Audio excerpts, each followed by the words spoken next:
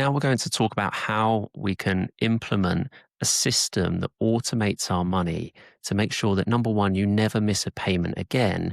And number two, you don't have to spend every waking hour of every day thinking about where your money's going and whether you've paid your bills, your outgoings, and how much you can spend in other areas. Now, there are lots of ways you can set out your day-to-day finances. There are lots of ways that you can tackle paying your bills, and this might differ from person to person or from couple to couple if you have joint finances.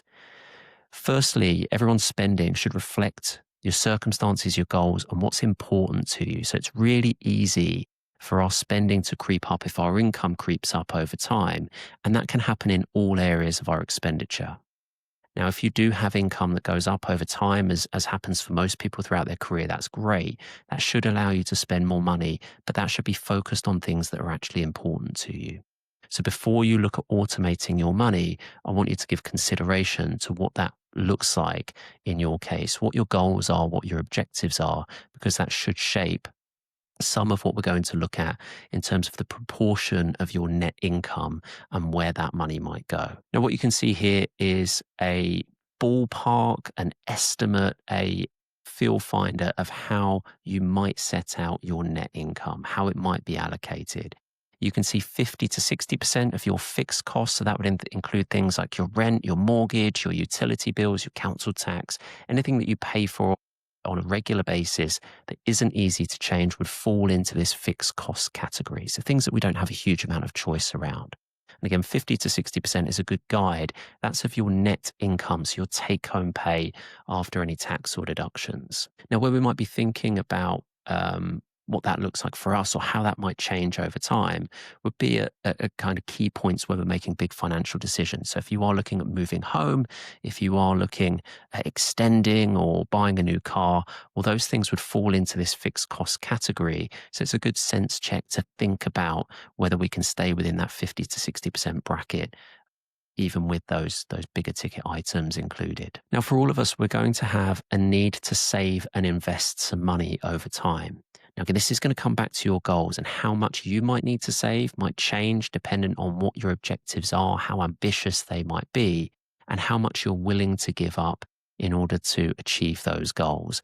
But as a guide, as an estimate, saving about 10% of your net income is going to be a sensible idea to meet your shorter term objectives. So that might be saving for things like a holiday next year. It might be saving for things like a new car in 2 years' time, 3 years' time, whatever it might be. Investing is longer term.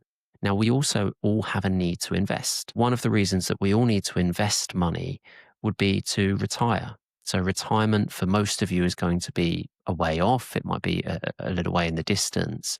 And that's where we need to put some money aside in order to facilitate that.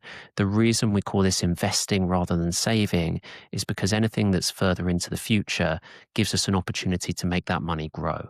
And it's important that your money grows when you're thinking long term, because the cost of living will go up over time. So that's the difference between saving and investing. Now, we're also hopefully going to have an allowance for some spending money. Okay.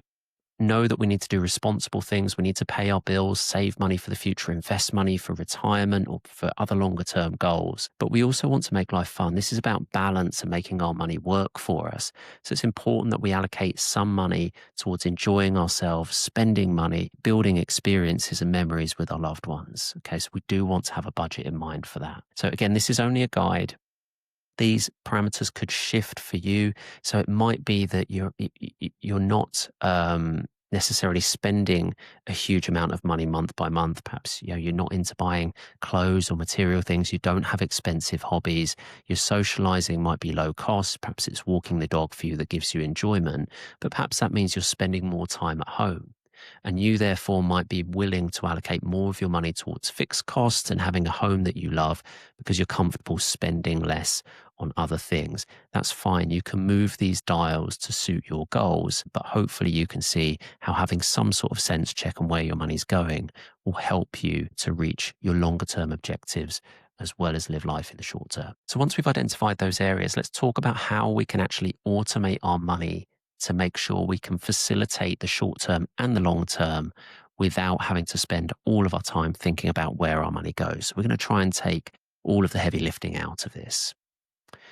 So we've got our net salary, and that will come into our bank account. Now, I'm going to imagine to begin with that you're just using a basic bank account. Okay, so no fees attached to that account, no bells or whistles. There might not be a huge amount of interest paid on that account. It might not give you rewards and flight vouchers and those kind of things. It's just a basic bank account. Now, that would be a perfectly good starting point to then start to shift money into different environments to reach your other goals.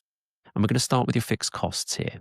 Okay, so these are our bills, these are our regular outgoings. Again, utility bills, food shop, those kinds of things. Now, we should be able, if we go through a budgeting exercise, to quantify our fixed costs quite easily. We should know what's going out every month. If they're fixed costs, they're going to be the same every month. So once we know what that amount looks like, we could set up a standing order that takes our money from our basic bank account into a reward bank account. Okay, so this could be an account that we do pay a monthly fee for. Okay, not necessarily, but it could be an account that we pay a monthly fee for. But that monthly fee will typically give you some rewards. So that might be cash back, it might be higher levels of interest. Again, it might be vouchers on something that go towards something that's useful for you. Now, once our transfer goes across to our reward bank account, we know that all of our bills, all of our direct debits can come out of that reward account. And the reason that we shape things this way, or this can be a good way to shape your finances, is that those reward bank accounts tend to insist on, number one, there being a certain amount of money going into the account every month. And number two, they tend to insist on there being a certain number of direct debits coming out of the account every month in order for you to get the rewards that are stated on the ticket. So we can have that happen automatically. On payday, your standing order goes across to your reward bank account, and those direct debits just filter through as the month goes on, making sure your bills are covered. You're never using the debit card for that reward bank account. You're not spending money from that environment. Now, our second category we've got is our savings. Okay, so again, these are going to be aimed at our shorter term goals, our shorter term financial objectives. And if we're saving money, we're obviously accumulating a balance in this savings account. And for that reason, because we're accumulating a balance, this isn't an area where money's just going in and out every month and interest is irrelevant. Therefore, if we're saving money, accumulating a balance, it becomes more important to actually get some interest on that balance. Now, we can use that savings account on an ad hoc basis. So we're not going to be spending money from our savings regularly. This is going to be a fairly static account where we're building a balance up over time and then using that balance to fund those bigger ticket purchases that we've pre-planned. So that could be a high interest savings account. It could be a high interest ISA, which will keep the benefits tax-free as well. Now we've got our investing, and our investing can take a number of different forms. It depends on what our objective is here. So again, a shared one that we'll all have is to stop working at some point in the future. And if that's your goal, then your best bet is to be investing into your pension. That might be a work-based pension. It might be an individual pension that you have. If we're investing, we're thinking long-term, we have the opportunity to be more aggressive with those investments, so to chase some growth. We do have another video on investing and how to do that successfully. So go and have a look at that for more detail. But investing in your pension, number one, is very tax efficient. Number two, gives you some opportunity to achieve bigger investment returns. If you have a long-term goal that you're investing towards that falls before retirement, before minimum pension age, it might be that you're not using a pension. It might be that you're using a stocks and shares ISA or another form of investment in order to achieve that. But again, it's the same story here where our net income comes in, and that 10% or 15% or whatever it might be for you that you're investing automatically at the beginning of the month is siphoned across to that pension or that ISA, and that money stays out of sight, out of mind. Now we've got our spending money left in our basic account. So by the first of the month, all of these transfers have happened to cover our fixed costs, our saving, our investing. Whatever's left, we can spend. Okay, we're free to spend that money guilt-free. So again, we don't have to be thinking necessarily about every penny that we spend. If we want to buy a coffee, we want to go out for lunch, we can do that as long as there's a balance in this basic bank account. Now, there are two ways that you could look to spend this money. Number one is you just leave the money in that basic bank account and you spend it through the month on your debit card. Perfectly good way of going about this. You'll keep that visibility. You'll know exactly where you stand every month. And that's probably the easiest way to stick to and automate the budget that you've set out. The other way you could look to do this, if you think you're disciplined enough to do so, you could use a reward credit card here. So you could spend your money every month, your discretionary spend on eating out, on hobbies, on material things, clothing, shoes, whatever it might be. You could spend that on a reward card that builds you points. It might give you air miles. Again, you can pick the one that's best for you. The potential downside of doing that is, number one, we might spend more than we intend. So hence this really requires some discipline.